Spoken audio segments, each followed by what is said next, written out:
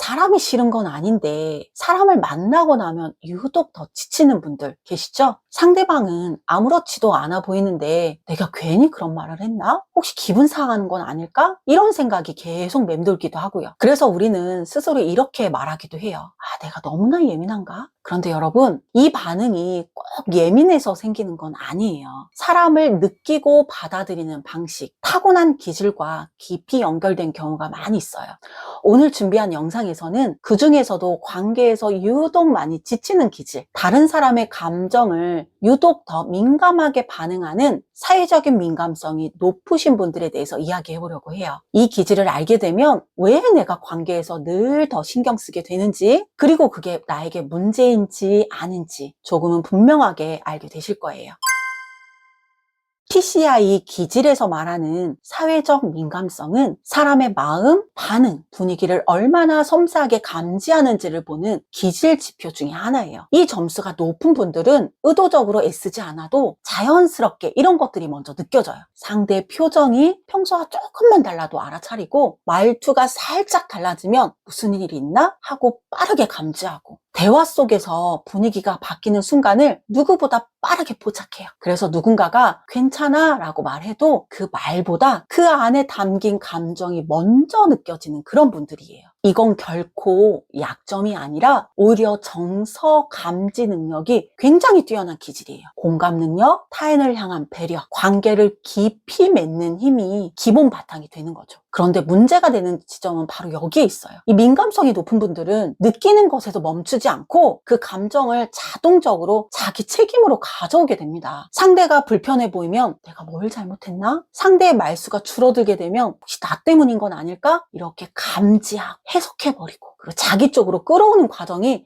아주 빠르게 일어나요. 그래서 실제로는 상대의 감정일 수도 있는 거를 내 감정처럼 짊어지기도 합니다. 제가 너무 예민한 편인가 봐요. 이런 말을 자주 하기도 하는데, 정확히 말하면 예민한 게 아니라 너무 잘 느끼는 기질이라는 걸 알 수가 있어요. 관계를 대충 넘기지 못하고 사람의 마음을 가볍게 대하지 못하는 그런 기질, 그 진지함 때문에 관계에서 더 쉽게 지치게 되는 것이에요. 이런 사회적인 민감성이 높은 분들, 관계에서 이런 경험들 많으실 거예요. 분위기가 조금만 어색해져도 내가 뭔가 잘못했나? 이런 생각이 먼저 들고, 상대의 무표정에 자연스럽게 내가 뭘 잘못했나? 나에게서 찾게 됩니다. 부탁을 거절하게 되면 그 순간이 지나갔어도 하루 종일 그 장면을 떠올리기도 하고, 괜찮아요 라고 말해놓고는 집에 와서 혼자서 그 상황을 여러 번 반복해서 떠올리기도 해요. 이런 분들의 공통점은 관계 안에서 늘 조율자 역할을 맡고 있다는 것이에요. 대화의 온도를 맞추려고 노력을 하고, 상대의 감정을 먼저 살피고, 혹시라도 불편해질까봐 자기 표현을 한 박자 늦춥니다. 그래서 갈등이 크게 드러나진 않지만 그 대신 내 안에 갈등이 쌓이게 됩니다. 겉으로 보면 성격이 좋다, 참 배려심이 깊다, 이런 말을 자주 듣지만 내 속에서는 나는 늘 참고 있는 것 같은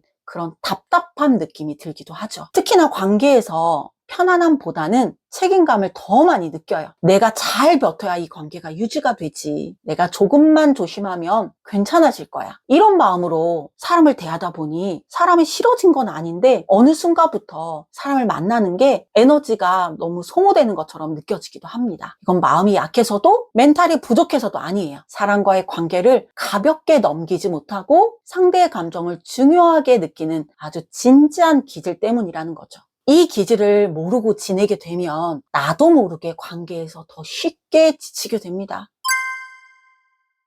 앞에서 이야기한 그 관계 피로의 원인은 사실 여러분의 약점이 아니라 강점으로부터 시작된 것일 수 있어요. 이런 민감성이 높은 분들은 사람 마음을 겉으로만 보지 않습니다. 말보다는 표정을 먼저 읽고, 상황보다는 그런 감정을 먼저 느끼고, 또 관계를 형식적인 게 아니라 진심으로 대합니다. 공감 능력이 굉장히 뛰어나고 사람들이 마음을 쉽게 열고 신뢰가 빠르게 쌓이는 경우가 많아요. 상담실에서도 이런 기질을 가지신 분들은 누군가의 이야기를 이야기를 그냥 듣고 있는 것이 아니라 함께 느끼는 사람에 가깝더라고요. 그래서 주변에서 너랑 있으면 참 편해. 말하지 않아도 네가 내 마음을 알아주는 것 같아. 이런 말을 자주 듣기도 해요. 그런데 문제는 이 강점을 늘 바깥으로만 써왔다는 데 있어요. 상대의 감정을 느끼는 데는 능숙하지만 그 감정을 어디까지 받아들이고 어디서부터는 내려놓아야 하는지는 배워본 적이 없어요. 그래서 이 기질의 어려움은 감정이 많아서가 아니라 이 감정을 나를 보호하는 방향으로 쓰지 못하는 데 있는 겁니다. 자, 지금부터 우리가 할 일은 이 감각을 없애는 게 아니라 나를 소진시키지 않도록 다루는 방법을 배우는 것이에요. 이제는 이 기질을 가진 분들이 관계에서 덜 마음이 다치고 조금 더 편안해질 수 있는 그런 구체적인 조절 포인트를 한번 이야기해 볼게요.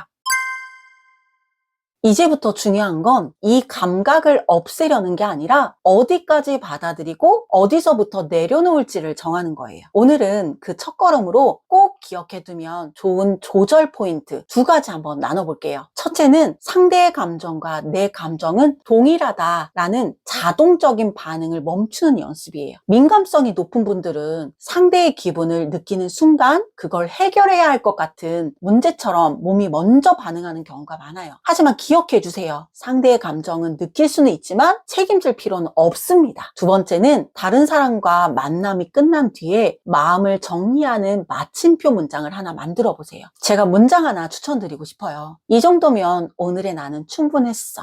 이 한 문장은 관계 속에서 애썼던 나를 다독여주기도 하고요. 그 장면을 더 이상 반복해서 떠올리지 않아도 된다는 허락의 말이 되어주기도 합니다. 스스로에게 건네는 이 문장 하나만으로도 관계 후에 남는 피로감을 조금씩 내려앉는 걸 느끼실 수 있을 거예요. 오늘 이야기를 들으시면서 이건 내 얘긴데 하고 고개를 몇 번쯤 끄덕이셨다면 그건 여러분의 기질이 지금까지 참아왔던 이야기를 조심스럽게 건넨 걸지도 몰라요. 관계가 힘들었다는 건 여러분이 부족해서가 아니라 사람을 가볍게 대하지 못하고 마음을 진지하게 써왔다는 증거이기도 하지요. 오늘부터 이 감각을 없애려고 하기보다는 나는 이런 기질을 가졌구나. 이렇게 한 번 더 다정하게 나를 이해해 주세요. 상담을 하다 보면 이런 기질을 가지신 분들을 종종 많이 만나게 됩니다. 이분들과 이야기를 하다 보면 다른 사람과의 관계를 잘 유지하기 위해서 너무나도 애써왔다는 걸 저는 잘 알게 되었어요. 그래서 이 기질 시리즈는 여러분을 고치기 위한 이야기가 아니라 여러분이 스스로를 더 이해할 수 있게 도움을 주는 그런 이야기입니다. 다음 영상에서는 위험 회피가 높은 사람들, 걱정과 불안 때문에 관계가 더 조심스러워지는 그런 기질 이야기를 이어가 보려고 합니다. 사람을 만나고 나면 에너지가 채워지시는 편인가요? 아니면 조용히 소진되는 편인가요? 여러분의 이야기를 댓글로 한번 나눠주세요. 여러분의 소중한 마음이 어제보다 평온하기를 진심으로 응원하겠습니다. 지금까지 소담 마음 처방전이었습니다.